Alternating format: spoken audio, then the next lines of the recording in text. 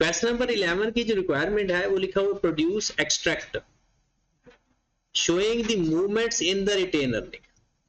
Retain earning का क्या तरीका होता है? पिछले साल का ओपनिंग बैलेंस लेते हैं, प्रायर ईयर इफेक्ट्स एडजस्ट करते हैं और फिर दोनों का करेक्टेड प्रॉफिट लेकर आंसर आ जाता है।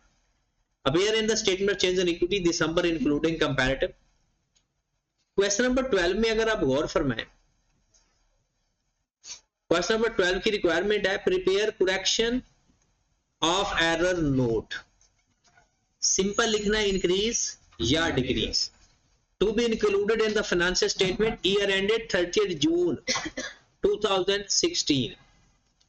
2016 के करेक्शन के नोट लिखने आए तो कौन से नोट लिखे जाएंगे? किस साल के? 2015 के या 14 के? नहीं 14 के भी 15 के भी, अगर 14 का डाटा होगा तो 16 के नहीं आएंगे। अब अगर यहां पर सिंपल आप देखें, उसने आपको यह भी बताया हुआ है सवाल के अंदर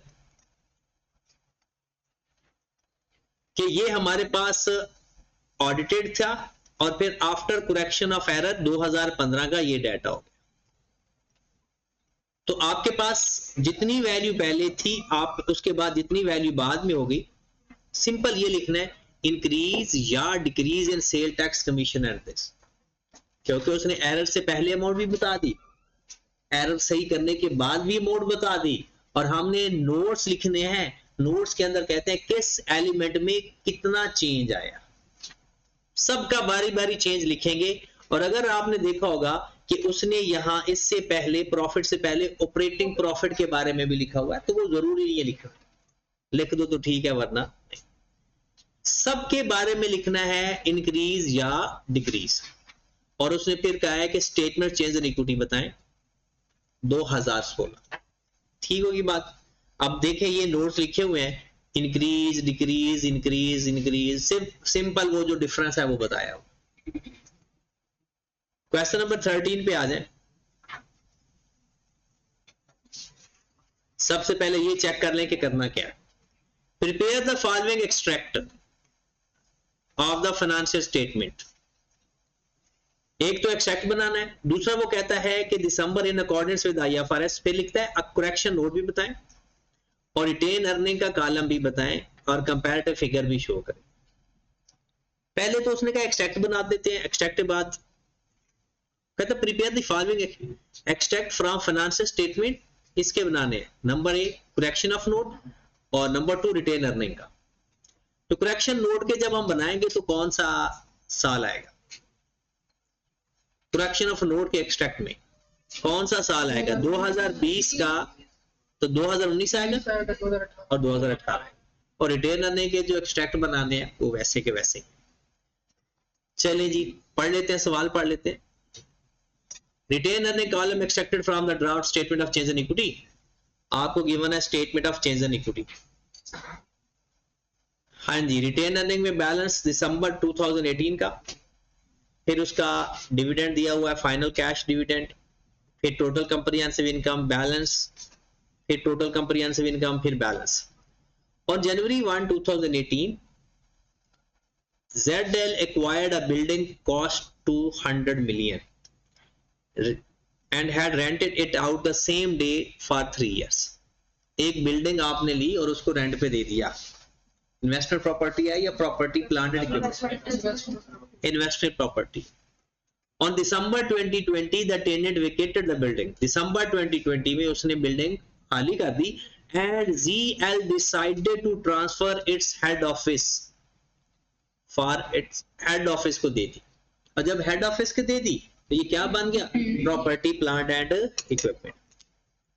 The finance manager was considering the reporting implication for change in use of the building. वो कब करनी है? दिसंबर 2020 में तो हम खड़े हैं और दिसंबर 2020 तक वो इन्वेस्टमेंट प्रॉपर्टी है। वो कहता है जब उसने इंप्लीमेंट करना चाहा कि 2020 में हमने इसको इन्वेस्टमेंट प्रॉपर्टी बनाना है, सॉरी पीपी बनाना है, he came to know that the building was erroneously been reported as property plant and equipment. कहता है वो तो पहले प्रॉपर्टी प्लांट एंड इक्विपमेंट में लिखा हुआ। जब उसने चाहा कि उसको हम प्रॉपर्टी प्लांट एंड इक्विपमेंट बनाएं तो उसे पता चला वो पिछले 3 साल से भी प्रॉपर्टी प्लांट एंड इक्विपमेंट लिखा हुआ। Since inception and was being depreciated on straight line basis over 20 years, the fair value of the investment property 10% increase। कहते हैं ZL कॉस्ट मॉडल है PPE का और फेयर वैल्यू मॉडल है investment property. गलती तो नजर आ गई, क्या गलती हुई है? लिखना था इन्वेस्टमेंट प्रॉपर्टी पिछले 3 सालों में, हमने क्या लिख दिया? इसका मतलब है हमने डेप्रिसिएशन भी लिया होगा। एक डेप्रिसिएशन रिवर्स करेंगे सारे सालों का, दूसरा और फेयर वैल्यू गेन ऐड करेंगे। तो वर्किंग तो इसकी वही है।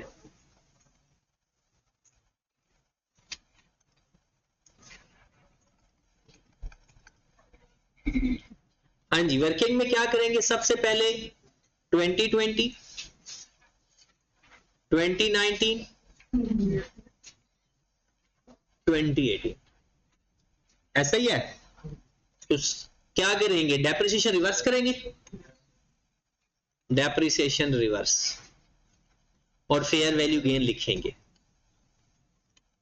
200 को 20 पे डिवाइड किया तो कितना आ गया? स्ट्रेट लाइन मेथड था तो पहले साल भी 10, दूसरे साल भी 10, तीसरे साल भी 10। ये जो उसने डेप्रिसिएशन चार्ज की हुई है जो कि नहीं करनी चाहिए थी, वो चार्ज रिवर्स कर दी। फेयर वैल्यू गेन उसने कहा है हर साल 10%। तो पहले यहां पर लिख रहे थे 200 थी, दिसंबर 18 में कितनी हो गई? मल्टीप्लाई बाय 10% कर लो, 220। फिर 19 के अंदर 22 कितनी हो गई? 240। फिर 20 के अंदर 24.2, 26। लेकिन यहां पर हमने फेयर वैल्यू गेन लिखना है 20, 22, 24.2, 30, 32, 34.2। ये कौन सा इफेक्ट आएगा? For the year. कम्युलेटिव कर लें,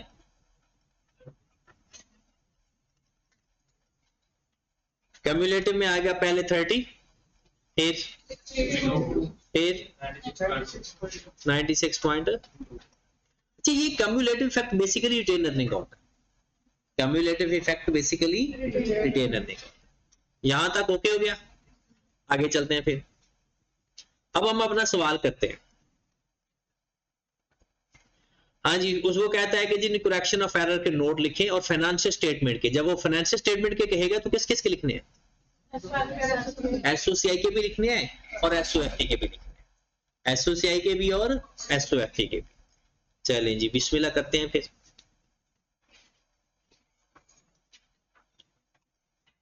नाम क्या है कंपनी का? ZL। स्टेटमेंट ऑफ, पहले फाइनेंशियल पोजीशन कर लेते हैं।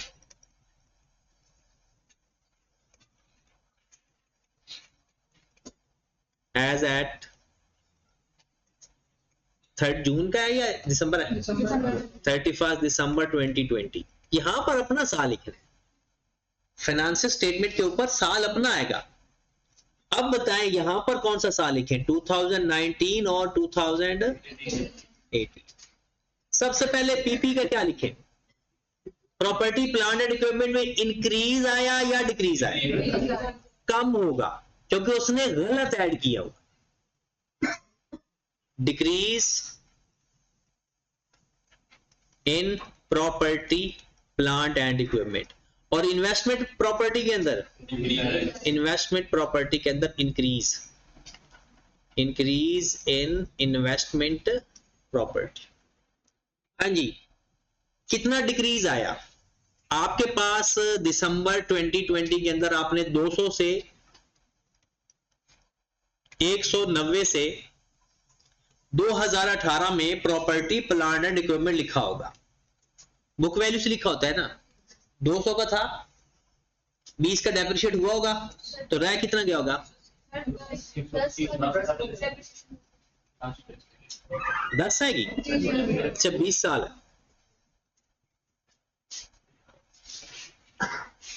ठीक है।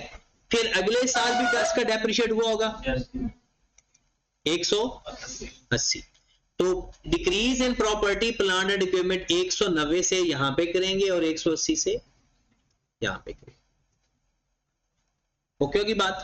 फिर आ जाए जरा इन्वेस्टमेंट प्रॉपर्टी के अंदर।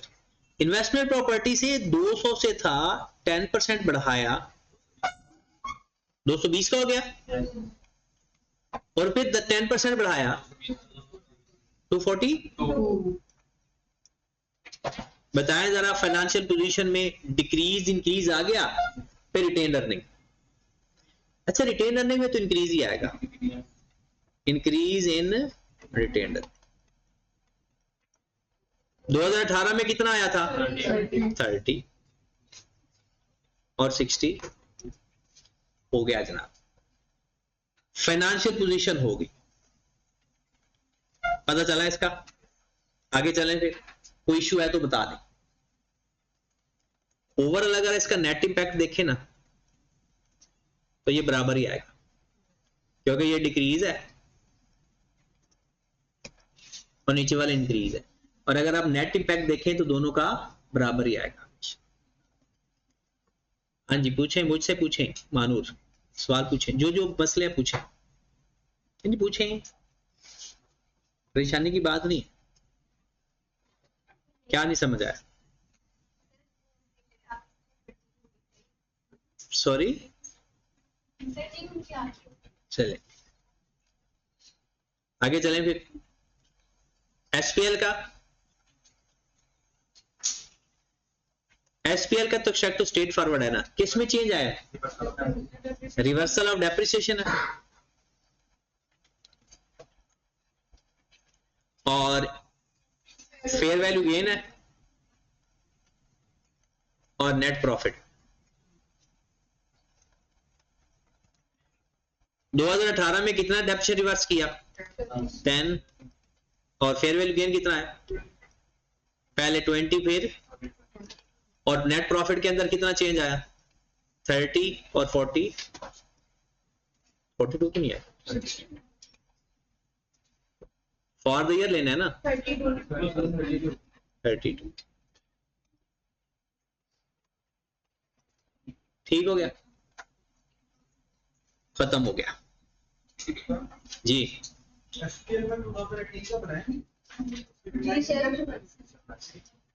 19 का बने,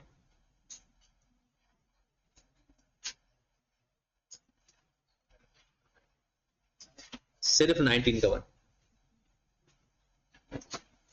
क्योंकि एसओएफपी के अंदर 3 साल होते हैं और एसपीएल के अंदर 2 साल होते हैं, और करेक्शन के अंदर करंट ईयर छोड़ देते हैं, बाकी वैसे का वैसे।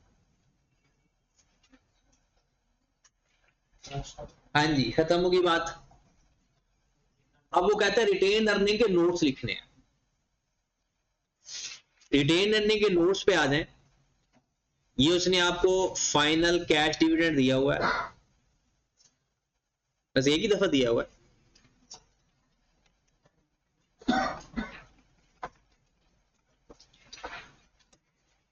हाँ जी सबसे पहले जीएल है, statement of changes in equity for the year ended,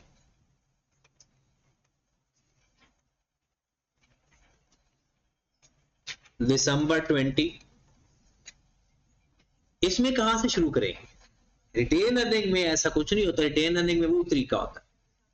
कहां से शुरू करके 1119 से, या दिसंबर 18 या 1119। बैलेंस एट 1119 ये गिवन है। दिसंबर 18 का 350 prior period effect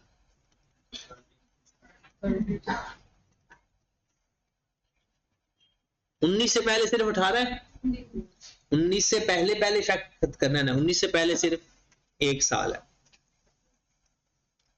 balance at 31st December, okay, 1 restated कितना 381। फिर फाइनल डिविडेंड पहले लिखते होते हैं, कितना 15 है। नेट प्रॉफिट 2019 का रीस्टेटेड कितना 100 ही है ना, करेक्ट करके लिखना है। क्या लिखना है? करेक्ट करके लिखना है।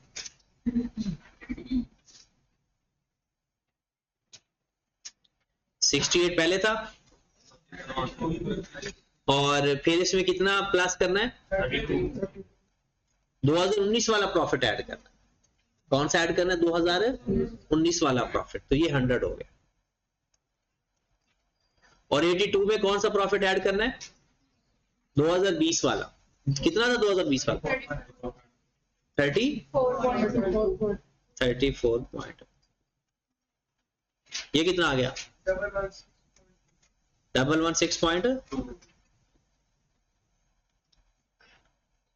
ओके होगी बात? वो इंक्रीज लिखा हुआ है ना?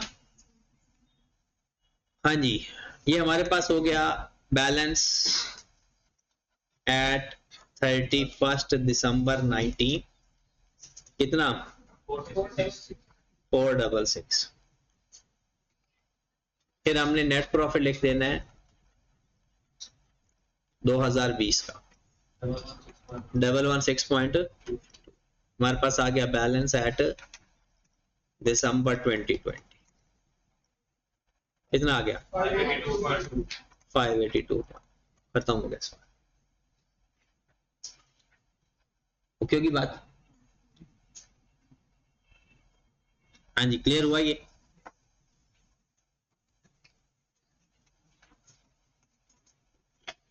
ये पैराग्राफ भी लिखना था ऊपर। आपको पता है जब नोट्स लिखते हैं तो पैराग्राफ ये लाजमी लिखते हैं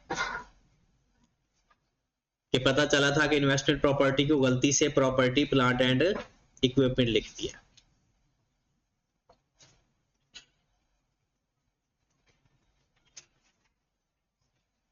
क्वेश्चन आगे सवाल आपके आगे statement of change in equity वाले सादा सवाल, सीधे सीधे सवाल। ये हमने statement of change in equity के अंदर इस तरह के सवाल किए भी हैं, तो ये दोनों कॉन्सेप्ट हमारे रिवाइज हो जाएंगे। हाँ जी, 3 सवाल टोटल रहते हैं। एक सवाल हम कंप्लीट करेंगे, बाकी सवाल मैं आपको रीड करके दूंगा और फिर हम, क्योंकि नेक्स्ट लेक्चर में हमने करने हैं पास्ट पेपर इसके।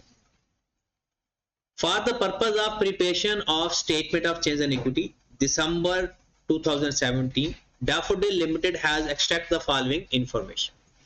3 सालों का उसने नेट प्रॉफिट दे दिया, general transfer to general reserve दे दिया, इंक्रीमेंटल डेप्रिसिएशन दे दी, फाइनल कैश डिविडेंड दे दिया। ये चीजें हमें पहले ही पता है, इस वाला हमने किया हुआ पहले भी।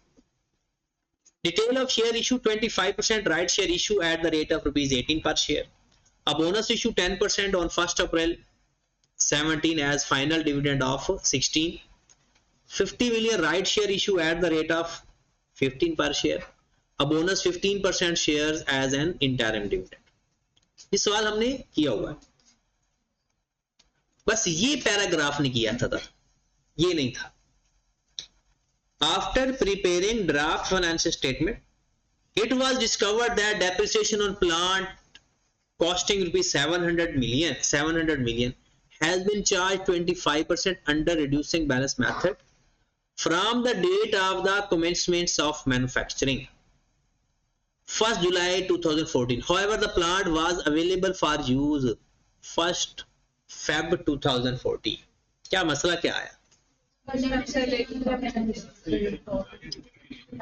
वो कहता है from the date of the commencement of manufacturing, जिस दिन मैन्युफैक्चरिंग शुरू की, मतलब काम शुरू किया, कमर्शियल प्रोडक्शन स्टार्ट की, उस दिन से हम डेप्रिसिएशन लेना शुरू कर दी। हालांकि प्लांट अवेलेबल फॉर यूज था 1st Feb 2014। इस गलती ने कितने सालों का बेड़ा गर्क कर दिया? 2014 का तो किया ही किया, 2015 का भी कर दिया, 2016 अब तक, क्योंकि डेप्रिसिएशन जो गलत होगी और रिड्यूसिंग बैलेंस मेथड आप ऐसा करो, गलत डायरेक्शन भी फाइंड करके दिखाओ और सही डायरेक्शन भी, जल्दी करो सर। ये तो I16 है, इसमें तो मुंह ऐसा ना बनाओ। 25% के हिसाब से 1714 से भी, क्योंकि इसने दोनों को गलत किया, बुक वैल्यू भी हर साल की गलत है और हर साल की डेप्रिसिएशन भी गलत है। जल्दी कर लो जरा।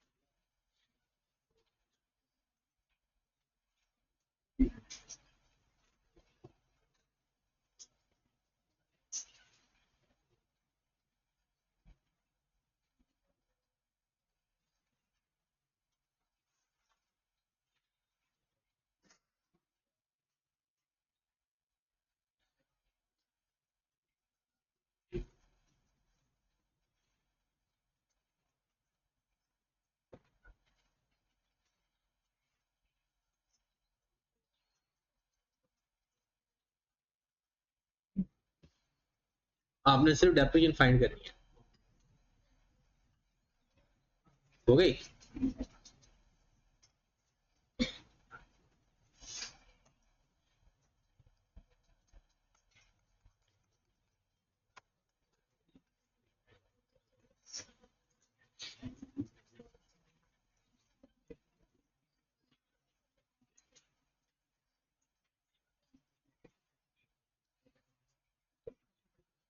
हाँ जी, किस दिन से चार्ज करना शुरू की थी?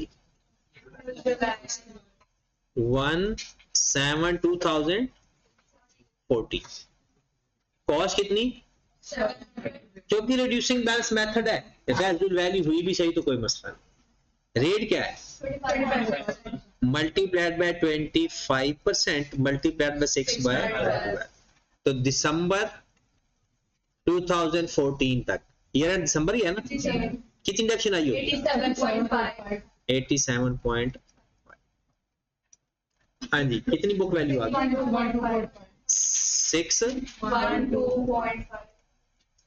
फिर साल आया दिसंबर 2015 मल्टीप्लाइड बाय 25%, कितना? 153.13। कितना बच गया? 459. फिर दिसंबर 2016 मल्टीप्लाइड बाय 25%, कितना? 114.8। कितनी बाजी का? 344.6। ये डेप्रिसिएशन वो चार्ज कर चुका है, ये डेप्रिसिएशन वो चार्ज, क्योंकि उसने जुलाई से शुरू कर दिया था, क्योंकि जिस दिन प्रोडक्शन स्टार्ट की। करना कहां से चाहिए था? 1 to 14 से। 700 मल्टीप्लाइड बाय 25% मल्टीप्लाइड बाय 11/12। कितनी डिडक्शन होनी चाहिए थी? 160. दिसंबर 14 160 Yes. Point Double. कितना? 539.56. 539.56। फिर दिसंबर 15 मल्टीप्लाइड बाय 25%, कितना? 134.9. 404.7. दिसंबर 16 101. दिसंबर 16 मल्टीप्लाइड बाय 25, कितना? 101.16. 1 01.16. 1 2 का कितना आ गया? 303.5. 303.5। हाँ जी, काम तो हो गया कंप्लीट, और एरर का भी साथ ही पता चल गया। कैसे? डेप्रिसिएशन उसने ये चार्ज की हुई है, करनी चाहिए थी 160, उसने कम डेप्रिसिएशन चार्ज की हुई है, ज्यादा काम की हुई है। फिर चार्ज उसने की है 153, करनी चाहिए थी 134। 130 उसने ज्यादा चार्ज की हुई है, कम? ज्यादा। पहले कम चार्ज की हुई थी, फिर ज्यादा चार्ज की थी, जिसकी वजह से इन सालों के प्रॉफिट भी खराब हुए और रिटेन अर्निंग का, क्योंकि इसमें उसने क्या है, statement of change in equity बनाना है, तो हमने सिर्फ अगर प्रॉफिट के इफेक्ट देख ले तो काफी हो जाएगा। तो बताएं जनाब, मैं यहां पर लिख रहा हूं, आपका डेप्रिसिएशन ज्यादा चार्ज की हुई है, कम? पहले कम चार्ज की हुई है। कितनी कम चार्ज की हुई है? 72 कम चार्ज की थी। चार्ज करेंगे तो प्रॉफिट में से माइनस कर देंगे। ये बात समझ लगी? डेप्रिसिएशन रिवर्स करनी हो तो प्रॉफिट में प्लस करते हैं, क्योंकि रिवर्स कर रहे हैं एक्सपेंस से, और अगर डेप्रिसिएशन चार्ज करनी हो तो प्रॉफिट में से माइनस करते हैं। अब नेक्स्ट आगे देखें जरा, हमने डेप्रिसिएशन चार्ज की है 153, करनी कितनी चाहिए थी? ज्यादा चार्ज की हुई है, कम? कितनी ज्यादा? 18 प्रॉफिट में प्लस कर देंगे जाके, क्योंकि डेप्रिसिएशन रिवर्स करनी है।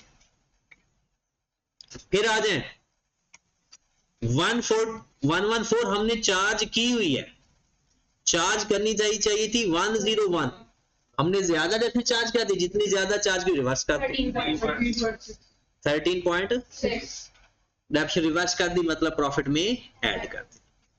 बुक वैल्यू पे हमने जाना ही नहीं है, क्योंकि बुक वैल्यू की जरूरत नहीं है, क्योंकि एक्सट्रैक्ट बनाने होते या नोट्स बनाने होते, इसमें तो सिर्फ हमने statement of change in equity को देखना है, और उसमें सिर्फ हमें प्रॉफिट चाहिए, बस प्रॉफिट का इफेक्ट हमने ले लिया।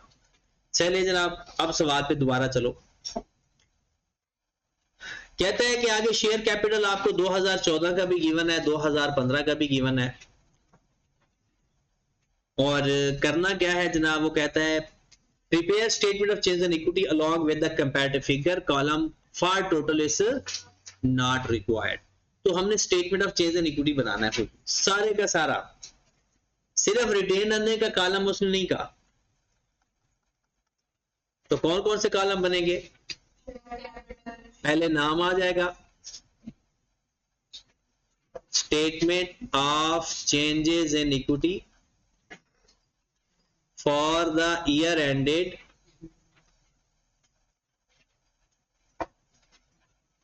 31 दिसंबर 16 है। हमने कंपैरेटिव है तो स्टार्ट कहां से करना है? पिछले साल के स्टार्ट से। 2015 के स्टार्ट से, सॉरी 16 के स्टार्ट से, balance at 1160, share capital, share premium, general reserve है, Yes. जनरल रिजर्व, फिर Retainer. Retained earning, Revaluation. Revaluation, total का कॉलम उसने बना किया। सबसे पहले जो 2000 का क्लोजिंग बैलेंस है 2015 का, ये 2016 का ओपनिंग बैलेंस है। 1600 शेयर कैपिटल,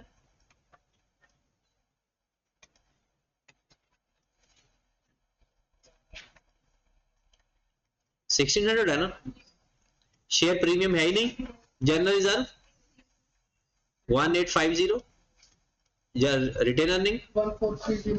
1430, सरप्लस 49. 40।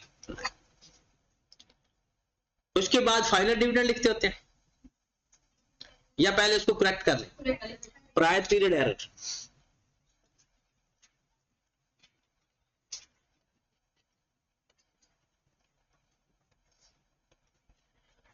हाँ जी, कितना एरर है प्रायर पीरियड? प्रायर पीरियड से क्या मुराद है? 1116 से पहले। 1116 से पहले क्या था? 11 ये यहां से पहले, क्योंकि ये जो दिसंबर 15 का एरर है 11 बल्कि ये भी उसी में कवर हो जाएगा, क्योंकि हमने कम्युलेटिव इफेक्ट ले लेना है। तो कम्युलेटिव इफेक्ट इसका लें जरा, कम्युलेटिव इफेक्ट।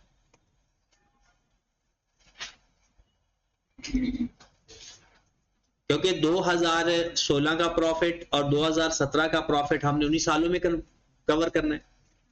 54.38 negative. अच्छा, ये हमने 2016 तक क्यों लिया, 2017 तक क्यों नहीं लिया? मैंने तो 2016 का समझा हुआ है, ये तो फिर एक साल और भी आना है। 25% ले ले बस, और कुछ नहीं।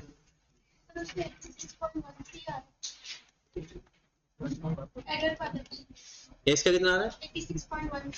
86.13, 1 ही लेकर दो, 79 कर लो। और इसका फर्क भी बता दो कितना आ रहा है। दिसंबर 17 कितना? 10.2। रिवर्स करेंगे क्योंकि उसमें डेफिनेट ज्यादा चार्ज की हुई है। हाँ जी जनाब, ले जरा क्यूमुलेटिव इफेक्ट। किसने लिया है क्यूमुलेटिव इफेक्ट? 72.61 negative, 18.23 positive, 54.38. 54.38। पता चला इसका? इन दोनों को माइनस क्यों किया? क्योंकि 72.2161 से प्रॉफिट कम करना था और 18.23 से प्रॉफिट ज्यादा करना था। नेट किया तो जो नेट इफेक्ट आया हमने वो प्राइस पीरियड एरर में लिखना होता है। मतलब जो हमारा साल है ना जिससे शुरू कर रहे हैं, उससे पहले जितने साल है सबको प्लस कर लो। और प्लस करने का मतलब ये नहीं है कि नेगेटिव ही है तो वो भी प्लस हो जाएगा। यानी नेगेटिव जो प्रॉफिट कम करेगा उसको माइनस कर देंगे, जो प्रॉफिट ज्यादा करेगा उसको प्लस कर देंगे। चले जी, प्रायर पीरियड इफेक्ट कितना आ रहा है? 54.38. 54 माइनस हो जाएगा।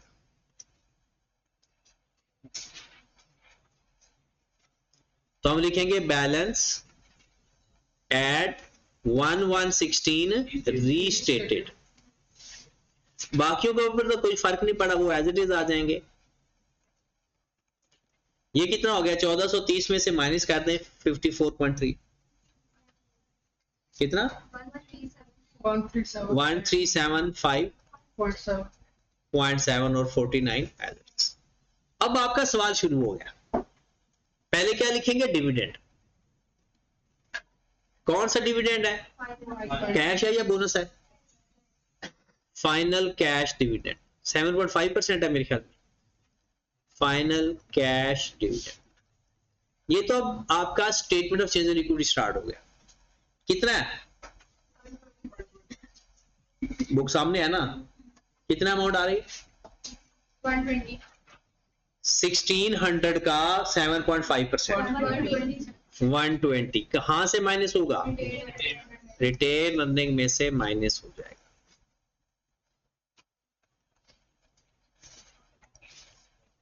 फाइनल डिविडेंड के बाद क्या है?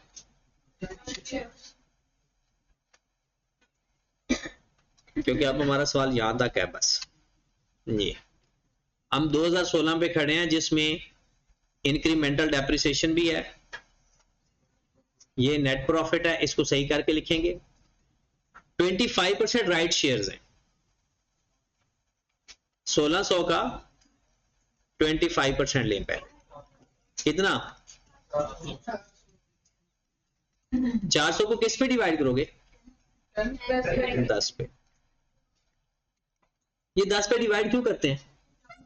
नंबर ऑफ शेयर फाइंड करने होते हैं, क्योंकि हमने शेयर प्रीमियम भी लिखना होता है और शेयर कैपिटल भी लिखना होता है। इसको 10 से मल्टीप्लाई करो और 8 से मल्टीप्लाई करो। 10 से मल्टीप्लाई किया 400। अच्छा, ये बात किसी को ना समझ लगे ना, ये बात मुश्किल नहीं होती, बस पूछना मुश्किल होता है। पूछ लोगे तो काम आसान हो जाएगा, पता भी चल जाएगा। हाँ जी, राइट शेयर्स। अब तो सादा सवाल बन गया आपका, 400 यहां, 320 यहां, और टोटल का कॉलम है ही नहीं। फिर उसके बाद बोनस शेयर्स किस में? वो 2017 में है, बाकी सारी चीजें 2017 की हैं। तो नेट प्रॉफिट पे आ जाए। नेट प्रॉफिट हमने लिखना है रीस्टेटेड। आपका नेट प्रॉफिट 318 है, तो बताओ 2016 के नेट प्रॉफिट में क्या फर्क आना है? 2016 में प्लस करना है माइनस कितना? यहां कम्युलेटिव इफेक्ट नहीं लेना, 13.6 कितना आ गया प्लस करके? 1.6। फिर आ गया इंक्रीमेंटल डेप्रिसिएशन, कितना है? 49। ठीक होगी बात। उसके बाद ट्रांसफर टू जनरल रिजर्व तो नहीं है 2016 में, और कुछ भी नहीं है। क्लोज कर दो। बैलेंस एट 31 दिसंबर 16 2000 320 1850, ये कितना आ गया? ये टोटल करो जरा, 1375.71 माइनस 120 प्लस 331.6 प्लस 49, कितना?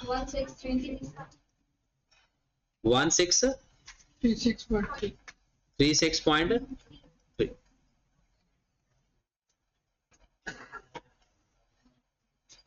चलें जी, नेक्स्ट आ जाए, क्या डिविडेंड है? 2017 पे हम आ गए। 2016 का बोनस डिविडेंड है 10%। 10% 200 आ जाएगा। फाइनल डिविडेंड 200 शेयर कैपिटल में ऐड। ये शेयर प्रीमियम से क्यों नहीं माइनस किया? हालांकि शेयर प्रीमियम पड़ा तो हुआ है। ये डिविडेंड है, ये डिविडेंड है। डिविडेंड हमेशा रिटेन अर्निंग से दिया जाता है, चाहे कैश हो चाहे बोनस हो। फाइनल डिविडेंड भी हो गया। फिर उसके बाद राइट शेयर्स हैं 50 मिलियन। उसने खुद बता दिया 50 मिलियन को 10 से मल्टीप्लाई करो और 5, क्योंकि उसने नंबर ऑफ शेयर खुद बता दिए।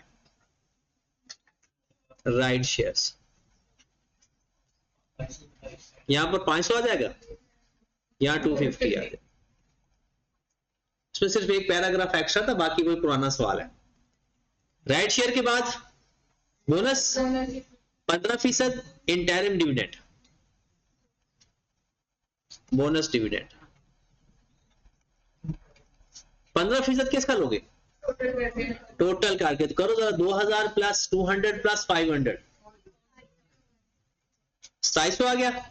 2700 का 15% ले 400, यहां ऐड कर देंगे और यहां से, क्योंकि ये भी डिविडेंड है, नेट प्रॉफिट जी मेरे भाई, नेट प्रॉफिट आपको गिवन है 650, लेकिन 2017 के प्रॉफिट में ऐड भी तो करना है कुछ। कितना? 10.25। कितना आ जाएगा? 660.25।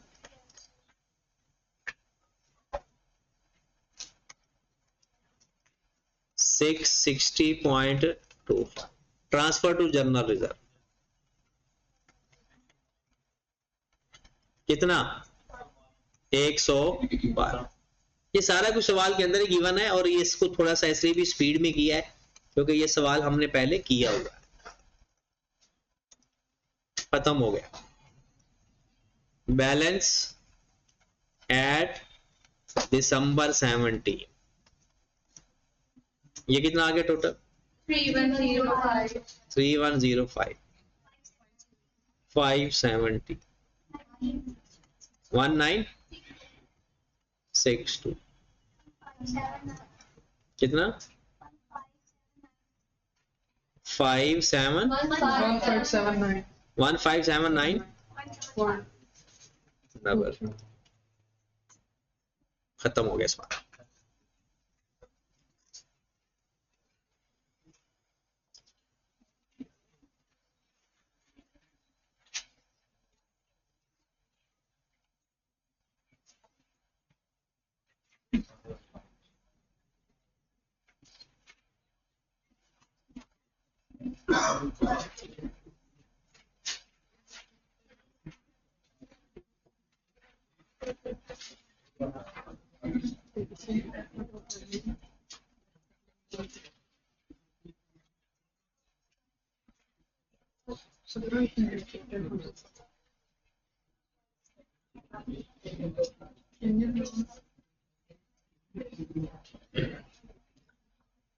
ये देखिए, ये सेम आ रहा है।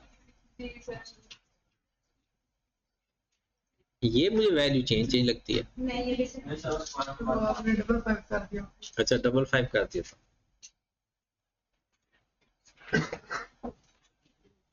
Question number 50। Prepare extract of the financial position.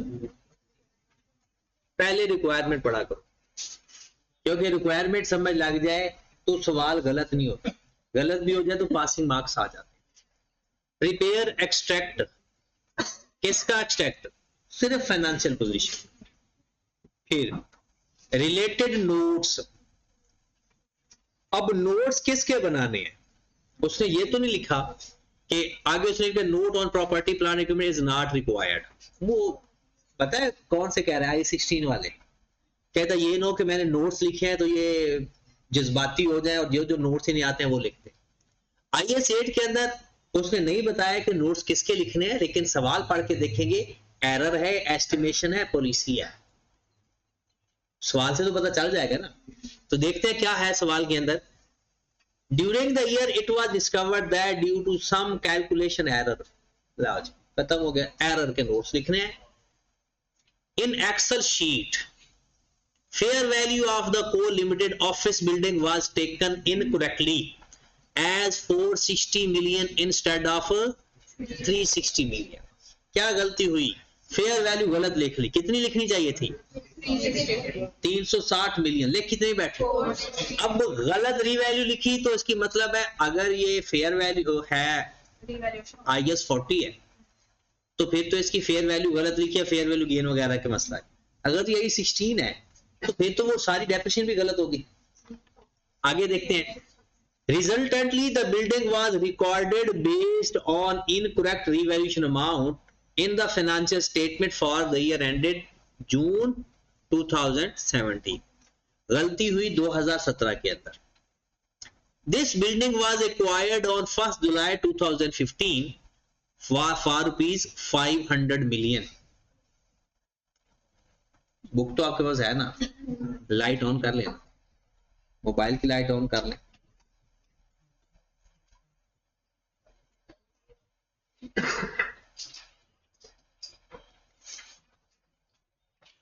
हो गया? जल्दी करो, अभी लाइट ऑन नहीं हुई सबकी। अच्छा, पहले कुछ लोग मोबाइल पे देख रहे थे तो फिर तो ठीक था। चले This building was acquired on 1st July 15, 500 million and then revalued for the first time on 30th June 17. पहली दफा कीता ते वो भी खराब. CL follow revaluation model for subsequent measurement for its building classified as property, plant and equipment and charge depreciation over useful life 10 years using straight line method. CL accounts for revaluation on net replacement method and transfer the maximum possible. बाकी सारी वही बात. As on 30th June 2019, the revalued amount building has been 320 million. लो जी, जाते जाते भी revalue करके जा रहा है. अब हमारा सवाल ये है कि इसके अंदर ना बहुत ज्यादा गलतियां आ गई. एक तो सरप्लस भी गलत होगा, दूसरा फिर उसकी जो अमोर्टाइजेशन होगी वो भी गलत होगी, डेप्रिसिएशन भी गलत होगी, मतलब वावे गलती है.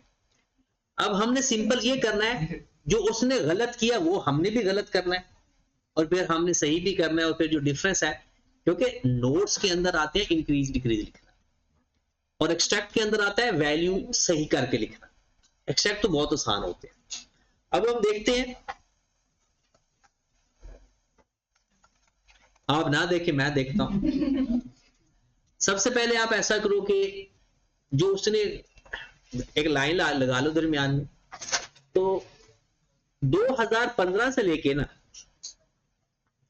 1 जुलाई 2015 से लेके अपने एसेट को डेप्स गलत तरीके से मतलब 460 करके सारा काम करो कि 30 जून 19 तक क्या हो चुका है. 30 जून 19 तक सारा काम करो और गलत करो, फिर सही भी करते हैं.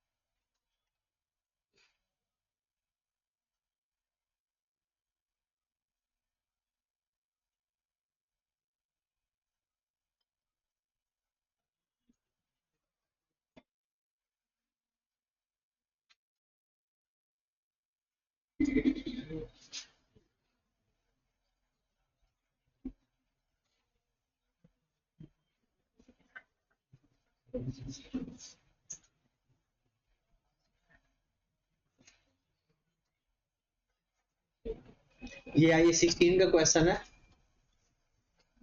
बिल्कुल उसी पैटर्न में करना है.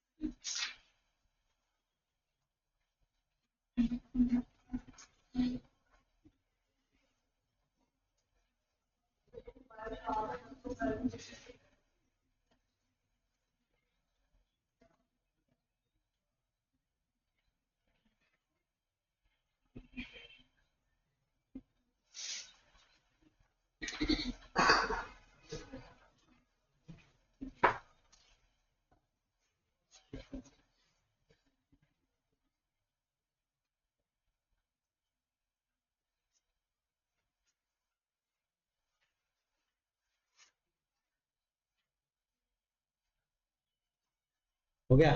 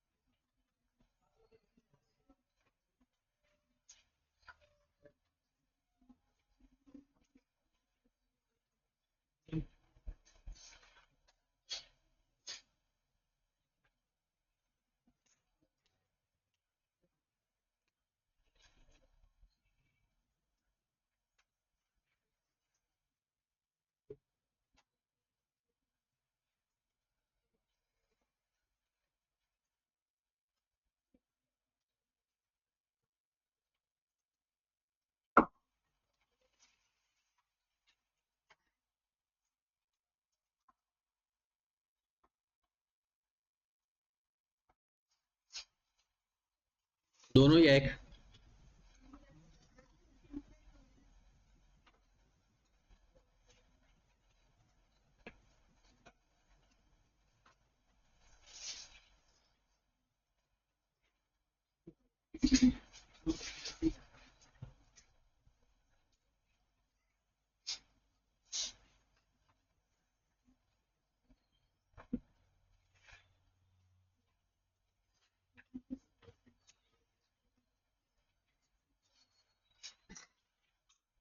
चलो इसको ना यहाँ से अगली क्लास में स्टार्ट करेंगे, यहाँ से